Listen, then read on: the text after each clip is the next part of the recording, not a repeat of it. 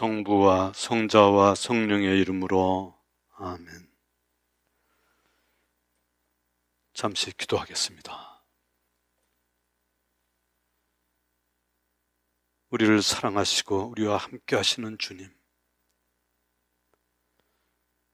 사도행전을 공부하고 있습니다.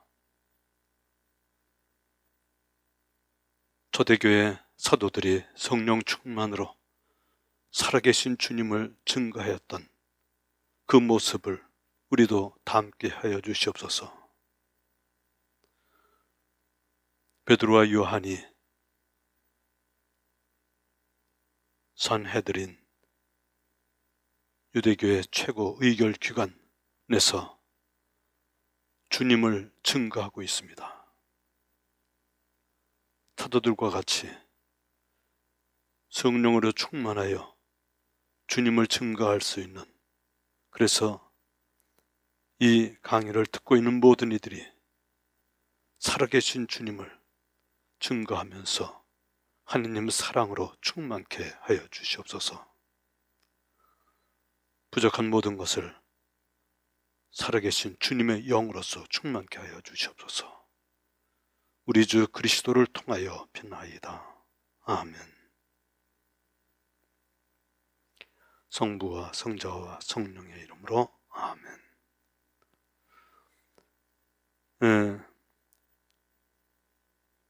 지난 사도행전 3장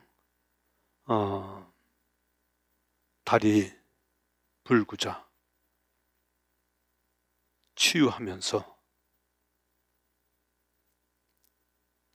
이 사람들이 모여들기 시작하고 마침내 베드로와 요한과 또 치유받은 그 불구자 솔로몬 행각에서 많은 사람들을 이렇게 그 설명을 해주고 있습니다. 베드로와 요한이 무슨 힘이 있어서 신심이 있어서 그런 것이 아니라 바로 나자렛 예수 그리스도의 이름으로 이 사람을 치유했음을 설명하고, 또한 그 설명한 다음 그러니 여러분도 예수 그리스도의 이름을 믿고 회개하고 하나님께 돌아와서 여러분이 용서를 받고, 그래서 또한 성령의 충만함을 체험할 수 있도록 이렇게 이끌어 주시는 그러한 베드로 사도의 3차 설교를 지난번에 공부했습니다. 오늘은 4장 베드로와 요한이 의회에서 증언하는 그러한 내용을, 그리고 또한 이 초대 선자 공동체의 그 기도의 모습, 이런 것을 같이 공부하고자 합니다. 그럼 4장 1절에서부터 4절까지 같이 읽겠습니다. 베드로와 요한이 백성에게 말하고 있을 때 사제들과 성전 경비 대장과 사두가이들이 다가왔다. 그들은 사도들이 백성을 가르치면서 예수님을 내세워 죽은 이들의 부활을 선포하는 것을 불쾌히 여기고 있었다. 그리하여 그들은 사도들을 붙잡아 이튿날까지 감옥에 가두어 두었다. 이미 저녁 때가 되었기 때문이다. 그런데 사도들의 말을 들은 사람들 가운데 많은 이가 믿게 되어 장정만도 그 수가 5,000명가량이나 되었다. 3차 설교에서 베드로와 요한이 이 불구자 치료한 것은 바로 예수님, 나자렛 예수님 그 이름으로 치유했다 하는 것을 설명하는 내용이 있죠. 그 예수님은 이제 부활하셔서 지금 살아계셔서 우리를 통해서 그 살아계신 그 모습을 증거하고 있다는 설명을 하죠. 그래서 부활을 부정하고 있는 사두가이들이 제일 불쾌하게 여기고 있었죠.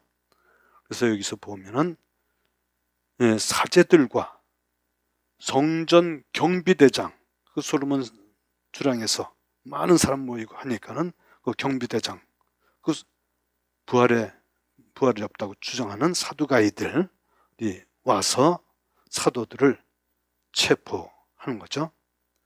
그래가지고 감옥에 가두었습니다. 날이 저물었기 때문에 감옥에 가두어서 다음 날 심판을, 이 의회 재판을 받을 수 있게 이렇게 하는 그러한 모습이 나와 있습니다. 지난번에도 말씀드렸지만은 첫 번째 베드로의 설교 후에 개종한 사람이, 개종에 따르지만 회심한 사람이라 할까, 주님의 길로 들어선 사람이 3,000명가량 되었다고 그러는데, 이 3차 설교에서는 장정만도 그 수가 5,000명가량이나 되었다 하는 얘기가 4절에 있습니다. 많은 사람들이 솔로몬 주랑에 모이고 또 그 말에 믿음을 갖고 바로 불구자인 그 사람이 치유된 것을 보고 있으니까, 또 보고 그 사람이 치유된 그것은 바로 자기들이 배척을 했던 나자렛 예수 그리스도임을 알 때 마음이 아프고 다시 회개하고 그래서 주님을 믿게 되는 그러한 과정이죠. 그럼 5절서부터 7절까지 우선 같이 읽겠습니다. 이튿날 유다 지도자들과 원로들과 율법학자들이 예루살렘에 모였다. 그 자리에는 한나스 대사제와 가야파와 요한과 알렉산드로스와 그 밖에 대사제에 가문 사람들도 모두 있었다. 그들은 사도들을 가운데 세워놓고 당신들은 무슨 힘으로 누구의 이름으로 그런 일을 하였소? 하고 물었다. 그 유다의 지도자들, 원로들과 율법학자들 예루살렘에 다 모였습니다. 아주 소문이 크게 났어요. 많은 사람들이 예수를 믿고 성령 안에 잠기는 그러한 체험을 하게 되니까 아주 예루살렘에 온통 야단이 난 것이죠. 그래서 그 유다 교회 그 원로들, 율법학자들, 지도자들 모두 다 모였습니다. 그래서 여기서 그 모여서 하는 그 산헤드린이라고 그러죠. 유다 최고 의결 기관이라고 이런 그 회의를 지금 하고 있는 거죠. 거기에는 한나스 대사제, 그리고 가야파, 요한, 알렉산드로스, 그 밖에 대사제 가문들이 모두 이렇게 모였다 내용이죠. 그들은 사도들을 가운데 세워놓고 당신들은 무슨 힘으로, what power, whose name, 누구의 이름으로 그런 일을 하였소? 하고 물었습니다. what power, 어떤 힘으로 도대체 그 사람을 치유하게 되느냐? 이게 악령의 힘으로 그렇게 된 것일 수 있고, 어떤 이상한 마술적인 힘으로 그렇게 될 수도 있고, 여러 가지 의문, 그것을 많은 그 원로들이 있는 가운데서 그것을 묻고 그 해답을 듣기 위해서 이제 신문을 하는 것이죠. 그리고 누구의 이름으로, 그 당시는 마술을 할 때 혹은 그럴 때 어떤 사람의 이름을 부르면서 그 이름을 불러서 그 사람을 불러서 그 영으로서, 그 무엇으로서, 아니면 그런 그 이름으로서 그 치유하는 그런 일들이 있었기 때문에 무슨 힘으로 누구의 이름으로 이렇게 이런 일을 하였어? 하고 물었습니다. 그때 베드로가 이제 응답하는 부분이죠. 8절서부터 12절까지 쭉 한번 같이 읽겠습니다. 그때 베드로가 성령으로 가득 차 그들에게 말하였다. 백성의 지도자들과 원로 여러분, 우리가 병든 사람에게 착한 일을 한 사실과 이 사람이 어떻게 구원받았는가 하는 문제로 오늘 신문을 받는 것이라면 여러분 모두와 온 이스라엘 백성은 이것을 알아야 합니다. 나자렛 사람 예수 그리스도의 이름으로 곧 여러분이 십자가에 못 박았지만 하느님께서 죽은 이들 가운데서 다시 일으키신 바로 그분의 이름으로 이 사람이 여러분 앞에 온전한 몸으로 서게 되었습니다. 이 예수님께서는 너의 집 짓는 자들에게 버림을 받았지만 모퉁이의 머릿돌이 되신 분이십니다. 그분 말고는 다른 누구에게도 구원이 없습니다. 사실 사람들에게 주어진 이름 가운데서 우리가 구원받는 데 필요한 이름은 이 이름밖에 없습니다. 베드로의 증언이 이제 나옵니다. 베드로가 증언하는 것이지만 베드로가 증언하는 것이 아니라 성령께서 증언하시는 그러한 모습이죠. 여기 번역이 베드로가 성령으로 가득 차 그들에게 말하였다라고 되어 있는데 사실 이것은 과거 분사형이죠. 그래서 성령으로 가득 차 있는 베드로가 그들에게 말하였다 하는 그런 말이죠. 성령으로 가득 차서 그렇게 했다기보다 성령으로 가득 차 있는 그러한 베드로죠. 오순절날 성령으로 가득 차서 그래서 계속해서 성령 안에 가득 차 있는 필요한 때 필요한 얘기를 하고 필요한 은혜를 또 예수님의 이름으로 치유도 하고 말씀도 하고 하는 그 베드로가 이제 증언을 하는 것이죠. 성령으로 가득 차 있는 베드로가 증언을 합니다. 마르코복음 13장 11절 마르코복음 13장 11절 성령께서 얘기한다고 이렇게 되어 있죠. 13장 11절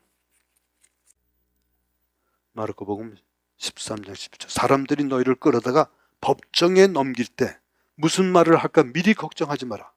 그저 그때에 너희에게 일러주시는 대로 말하여라. 사실 말하는 이는 너희가 아니라 성령이시다. 그래서 베드로가 말하고 있다. 하지만은 성령으로 가득 차 있는 그 베드로가 성령이 시키는 대로 그 말을 전한다 그럴까? 도구 역할을 하는, 그래서 증거하는 그러한 모습이죠. 백성의 지도자들과 원로 여러분, 우리가 병든 사람에게 착한 일을 한 사실과 이게 착한 일이라고 그러는데 베네팍토 이렇게 돼 있는데 이 베네팍토 그것은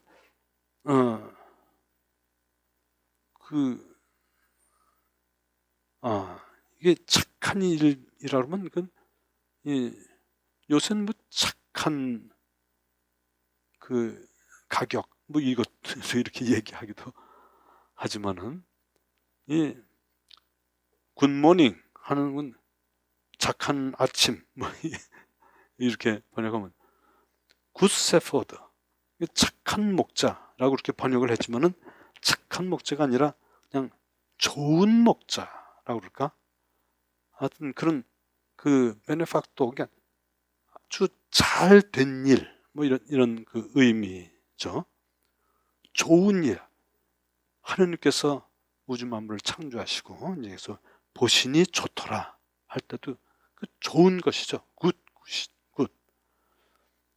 이 베드로와 요한이 그 사람을 치유한 것이 그 뭐 착한 일, 윤리적으로 착하고 도덕적으로 아주 훌륭한 일이고 뭐 이런 의미라기보다 그냥 굿, 좋은 일을 한 그런 그 뜻인데 이 병든 사람에게 좋은 일, 하느님께서 본래의 모습대로 아주 아름다운 모습대로 건강한 모습대로 하기를 원하시는 그 하느님이 이렇게 원하시는 것을 보시고 굿이라고 하셨듯이 이 사람이 잘 된 거, 그래서 좋은 일을 한 사실과 또 이 사람이 어떻게 구원받았는가, 그래서 이렇게 치유받은 그것뿐만이 아니라 그냥 껑충껑충 뛰면서 하느님을 찬양하면서 성전으로 들어가서 하느님께서 나를 이토록 사랑하셨구나, 오히려 병든 것이 하느님을 만나는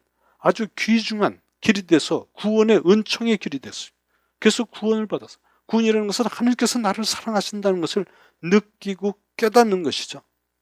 그래서 그러한 문제로 오늘 신문을 받는 것이라면 여러분 모두와 온 이스라엘 백성은 이것을 알아야 합니다 하면서 이제 이야기를 시작한 것이죠. 증언을 시작합니다. 나자렛 사람 예수 그리스도의 이름으로. 그 예수 그리스도는 누구냐? 여러분이 십자가에 못 박았지만 하느님께서 죽은 이들 가운데서 다시 일으켜 주신 바로 그분의 이름으로, 바로 나자렛 사람 예수 그리스도. 여러분은 그를 배척하고 그를 이방인들 손으로 해서 십자가에 못 박고 죽게 만들었지만, 그러나 하느님께서는, 여러분은 그렇겠지만 여러분이 믿는 그 하느님께서는 그분을 죽은 이들 가운데서 다시 일으키셨다, 부활케 하셨다, 살아나시게 하셨다. 바로 그분의 이름, 그분의 이름으로 이 사람이 여러분 앞에 온전한 몸으로 서게 되었습니다 하면서 증언합니다. 이 예수님께서는 너의 집 짓는 자들에게 버림을 받았지만 모퉁이의 머릿돌이 되신 분이십니다. 밑에 보면 시편 118장 22절에 나오는 말씀이라고 거기 노트 밑에 적혀 있죠. 너의 집 짓는 자의 그 시편 118장 22절서부터 조금 읽어보겠습니다. 집 짓는 이들이 내버린 돌, 그 돌이 모퉁이의 머릿돌이 되었네. 이는 주님께서 이루신 일, 우리 눈에 놀랍기만 하네. 이 날은 주님께서 만드신 날, 우리 기뻐하며 즐거워하세. 하나님께서 이 날을 만들어 주셨다. 주님께서 집 짓는 이들의 내버린 돌, 그것은 바로 유대교의 여러 건축가라고 볼 수 있는 그 중요한 지도자들, 그런 사람들이 내버린 그 돌이죠. 너의 집 짓는 자들에게 버림을 받았지만, 그러나 하느님께서는 그분을 주님께서 이루셨는데, 그분이 모퉁이의 머릿돌, 코너스톤. 그 모퉁이의 머릿돌이라는 것은 그 주춧돌, 이런 의미도 있을지 모르겠습니다만, 원래 그 코너스톤의 의미는 이 문이나 창문 이런 데 이제 이렇게 구멍을 뚫어놓죠. 벽에 구멍을 뚫어놓고 사람이 들락거리거나 혹은 이 창문과 같이 해서 바람이 들락날락 할 수 있도록 만든 그 당시에 그 돌로 된 집. 이렇게 이게 쌓다가 그 위에는 그냥 돌을 그냥 올려놓을 수가 없잖아요. 그래서 그것을 약간 부채꼴로다가 이렇게 와서 내려가는 힘에 의해서 그 부채꼴로 되어 있는 게 이렇게 떨어지지 않도록 이렇게 하면은 더 튼튼하게 되는데, 근데 그 코너, 그 구석의 모퉁이는 쐐기같이 좀 그 돌을 이렇게 하나 더 집어넣어서 더 튼튼하게 이렇게 허물어지지 않게 이렇게 떨어지지 않게 이렇게 그 쐐기처럼 집어넣는 그 돌을 모퉁이의 머릿돌 이렇게 얘기한다고 합니다. 그래서 그 모퉁이의 머릿돌이 그 건물에 있어서 굉장히 중요한 역할을 하는 그러한 돌이 코너스톤이라고 얘기하는 거죠. 그 모퉁이의 머릿돌이 되신 분이다.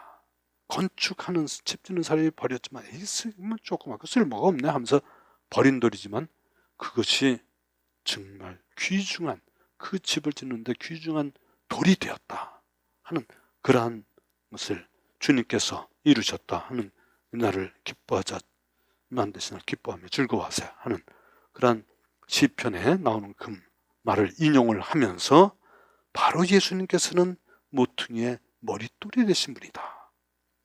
그분 말고는 다른 누구에게도 구원이 없습니다.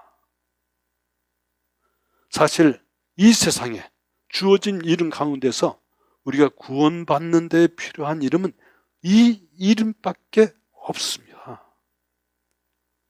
그래서 이름을 굉장히 중요했습니다. 이름은 바로 그 사람의 정체성을 드러내는 것이.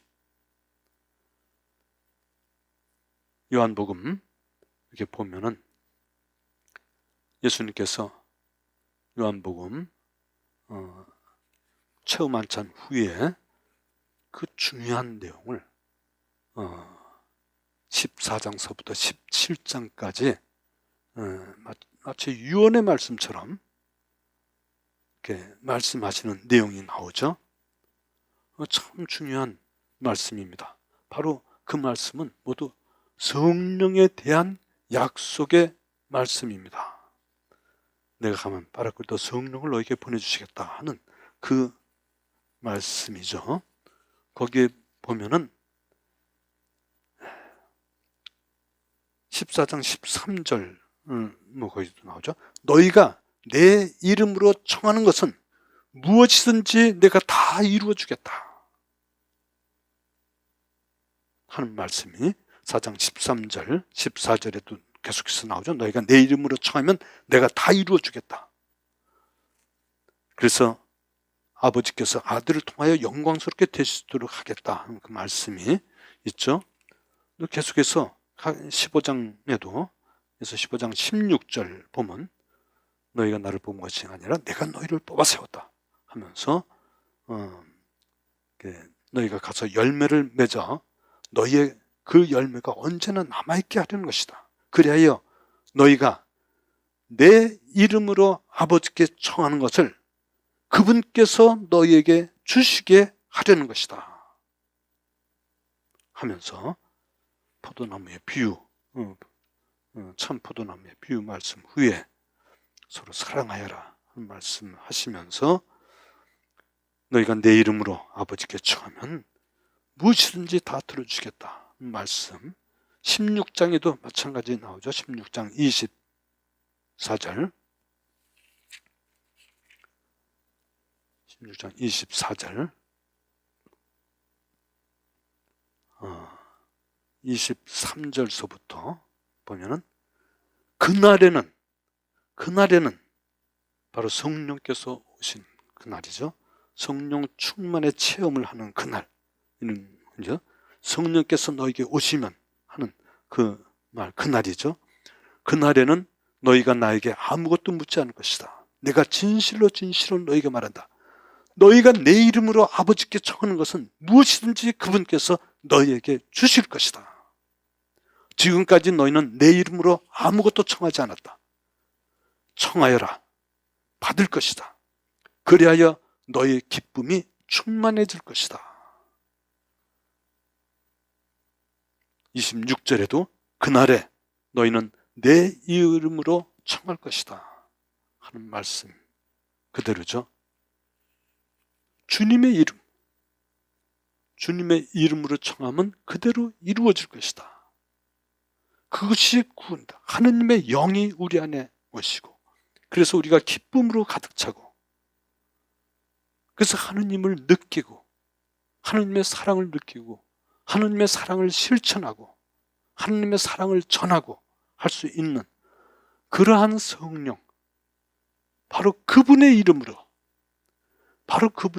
이런 일이 생겼고 그 이름 밖에는 구원받을 이름이 없습니다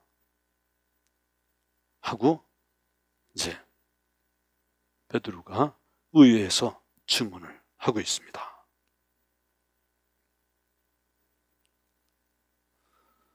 13절서부터 17절까지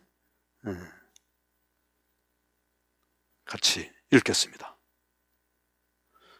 그분 말고는 그들은 베드로와 요한의 담대함을 보고 또 이들이 무식하고 평범한 사람임을 알아차리고 놀라워하였다. 그리고 이들이 예수님과 함께 다니던 사람들이라는 것도 알게 되었다. 그러나 병이 나은 사람이 사도들 곁에 서 있는 것을 보고는 아무 반박도 하지 못하였다. 그래서 그들은 사도들에게 최고의회에서 나가라고 명령한 다음 저희끼리 의논하며 말하였다. 저 사람들을 어떻게 하면 좋겠습니까? 저들을 통하여 명백한 표징이 일어났다는 사실이 예루살렘의 모든 주민에게 알려진 터이고 우리도 그것을 부인할 수가 없습니다. 그러니 이 일이 더 이상 백성 가운데서 퍼져나가지 않도록 다시는 아무에게도 그 이름으로 말하지 말라고 엄중히 경고만 합시다. 이제 그 의회에 이 베드로의 증언을 들은 사람들이 당황하게 되고 그래서 그들이 어떻게 반응하고 있는가 하는 것을 보여주고 있죠. 그들은 놀라워하였습니다. 놀라워해서 두 번 놀랐어요. 첫째, 치유 사건으로 인해서 그 옆에 그 맨 끝에 보면 치유의 표징이 일어난 그 이는 22절에 40살이 넘은 사람이었다. 그 사람이 이제는 베드로와 요한하고 같이 다니고 있어. 그래서 같이 있은 그 사람이 자기들도 성전에서 구걸하던 사람인 걸 다 알고 있고 또 이 사람이 치유됐다는 게 온 이스라엘 예루살렘에 있는 사람들이 다 그것을 봤어. 그니 부인할 수 없는 이러한 일들인데 바로 그것을 베드로와 요한이 이 사람을 치유했다고 그러니까 첫 번째 놀란 거지. 두 번째로는 여기 있듯이 베드로와 요한이 어부의 아들이고 무식하고 그냥 평범한 사람인데 어떻게 이렇게 담대하게 이렇게 의회에서 증언을 하고 있는가. 그래서 두 번 깜짝 놀라는 거죠. 그 의회에 있는 사람들은 맞으면 유대교에서는 아주 쟁쟁한 인물들입니다. 학자고 교수고 또 거기 대사제들 가문에 있는 사람들, 과거에 대제관 했던 그런 사람들, 이런 사람들, 또 바리사이파 맞으면 수도회 원장이나 뭐 이런 사람들이랄까, 의회에 그런 사람들이 가득 차 있는데 웬만한 사람은 거기 들어가면 그냥 부들부들 떨려서 말도 제대로 못할 거예요. 그런데 이 베드로와 요한이 당당하게 들어와서 담대하다 그랬어요. 담대하다는 것은 두려움이 없어요. 그리고 자신이 있어. 확신을 가져. 그 말을 하는데 자유자재야. 성서를 인용하면서 이렇게 얘기하는 것도. 그러니까는 아주 담대한 모습으로 힘있게 확신이 있고 뭐 그렇게 똑똑한 사람들 많이 있는데도 두려워하지 않고 있는 그러한 모습이죠. 베드로와 요한의 담대함을 보고 놀라워했다는 것이죠.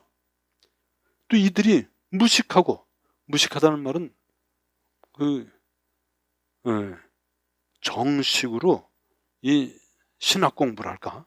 그냥 그 당시 예루살렘에 성서 이 공부를 하면서 바울 사도같이 이런 가물리엘 그 휘하에서 정식으로 성서 공부를 한 것도 없이 하는 그런 거죠.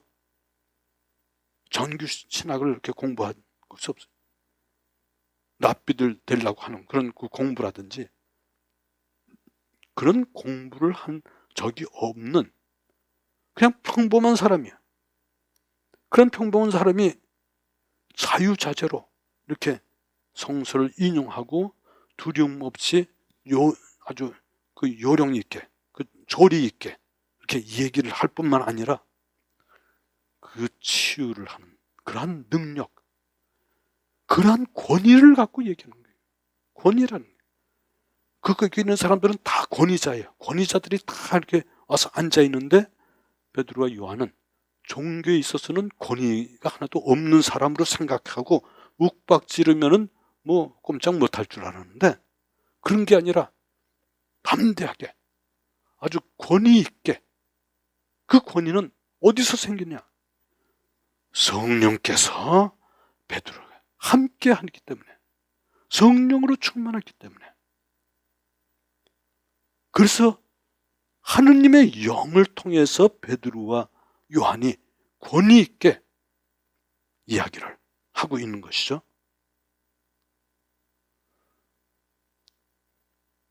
성령 충만으로. 너희 거기에 법정에 가서 무엇을 말할까 걱정하지 말라. 말하는 이는 너희가 아니라 너희 안에 계신 성령이시다 하는 말씀 그대로 그들이 담대하게 얘기하는 것은 바로 성령을 통해서 증언하고 있는 것이죠. 너희는 나의 증인이 될 것이다 하는, 성령이 오시면 너희는 나에게 증인이 될 것이다 하는 말씀 그대로 이제 증언하고 있습니다.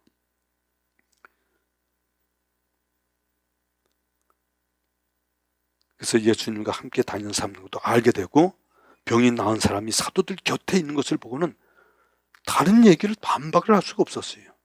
그래서 어떻게? 일단 자기들끼리 의논하고 싶어서 사도들을 바깥으로 내보냅니다. 그리고 저희끼리 의논하여 말하죠. 저 사람들을 어떻게 하면 좋겠습니까? 저들을 통해서 명백한 표징이 일어났다는 사실이 예루살렘의 모든 주민에게 알려진 터이고 우리도 그것을 부인할 수 없습니다. 그러니 어떻게 했으면 좋겠습니까? 하는 것이죠.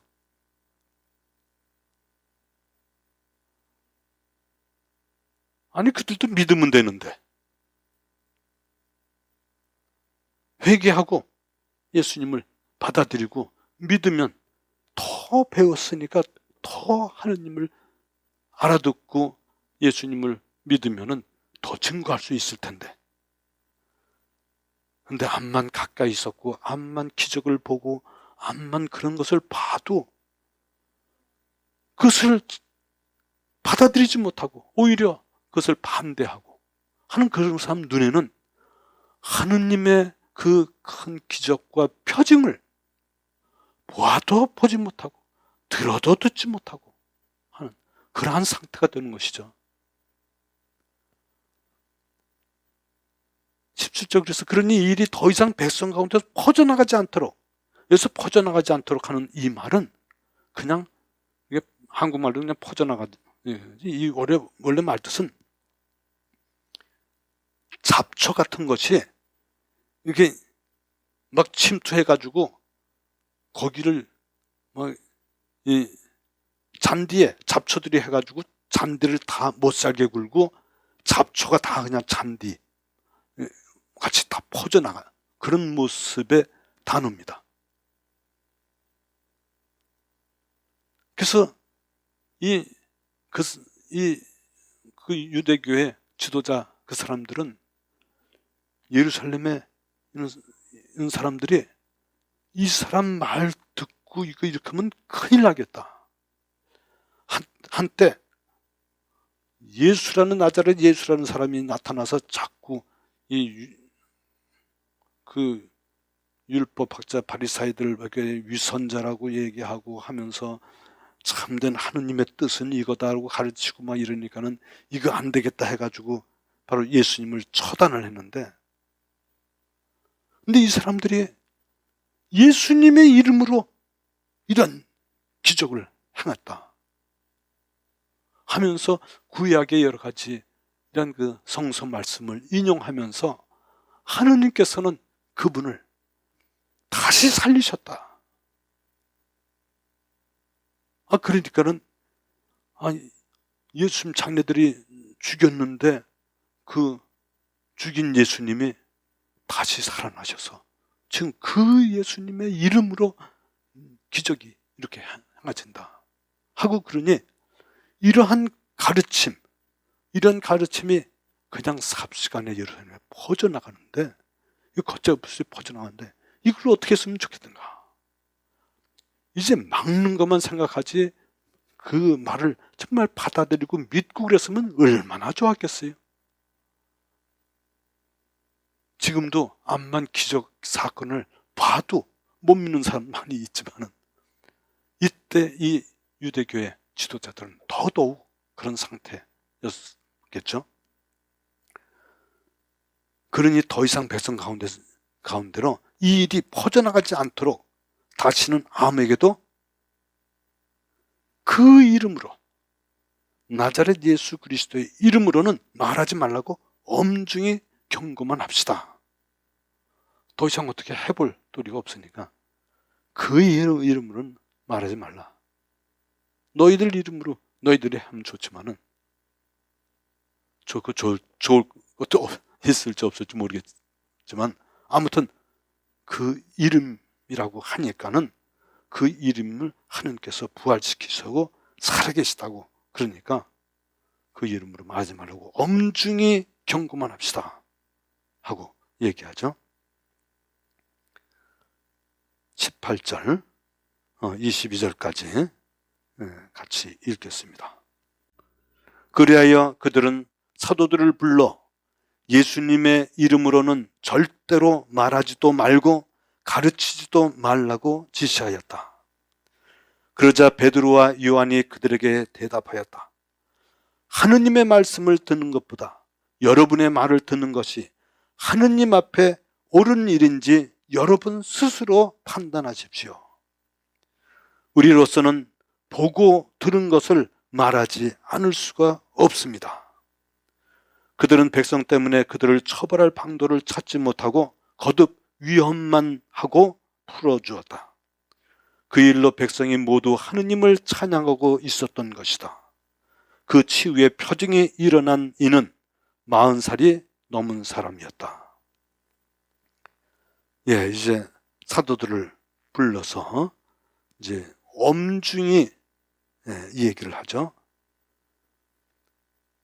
예수님의 이름으로는 절대로 말하지도 말고 가르치지도 말라고 지시하였어요. 그러자 베드로와 요한이 그들에게 대답하였다. 하느님의 말씀을 듣는 것보다 여러분의 말을 듣는 것이 하느님 앞에 옳은 일인지 여러분 스스로 판단하십시오 하고 얘기하죠.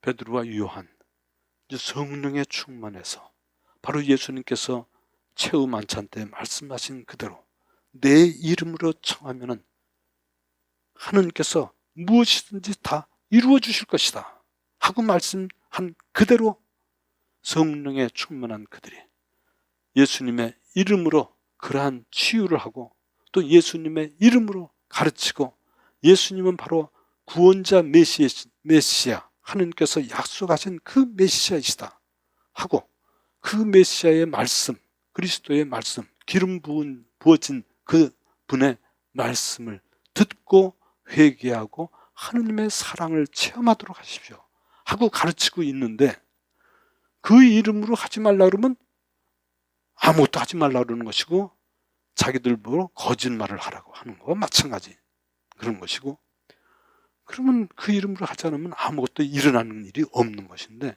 성령으로 충만해서 성령을 통해서 말을 하고 있는 그들에게 그런 말을 한다는 그 자체가 그들에게는 도무지 받아들일 수가 없는 것이죠.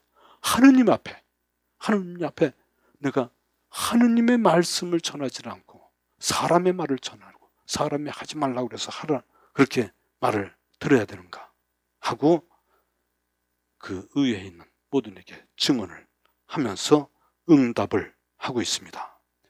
우리로서는 보고 들은 것을 말하지 않을 수 없습니다. 하면서 위에서 마지막 증언을 하는 말이 오늘 방금 읽은 데서 있는 것이죠. 정말 대단한 일들이 일어나고 있습니다. 치유사건, 그 치유사건 자기들이 한 것이 아님을 알고 있고, 내가 뭐 신심이 깊어서 그런 것도 아니고, 내가 무슨 그 힘이 있어서, 파워가 있어서 그렇게 치유하는 능력이 있는 것도 아니고, 바로 약속하신 성령께서 오셔서 성령의 힘으로, 또 예수님께서 말씀하신 대로 예수님의 이름으로, 살아계신 예수님, 하나님께서 일으켜주신 그 살아계신 예수님의 그 이름으로 일어나는 모든 일들, 그것을 증언하는 것. 너희는 나의 증인이 될 것이다 한 그대로 증거를 하고 있습니다. 우리도 그러한 성령 안에 잠겨서 성령 충만으로 성령께서 나를 어디든지 데려가 주시고 거기에서 살아계신 주님을 사람들에게 보여주고 그들을 주님께서 만나주시고 또 그들을 치유와 여러 가지 가르침으로 채워주시도록 이렇게 살아가는 것, 바로 이것이 주님께서 나에게 바라시는 그러한 모습이겠습니다. 오늘 우선 여기까지 공부하겠습니다. 영광이 성부와 성자와 성령께 이제와 항상 영원히 아멘. 성부와 성자와 성령의 이름으로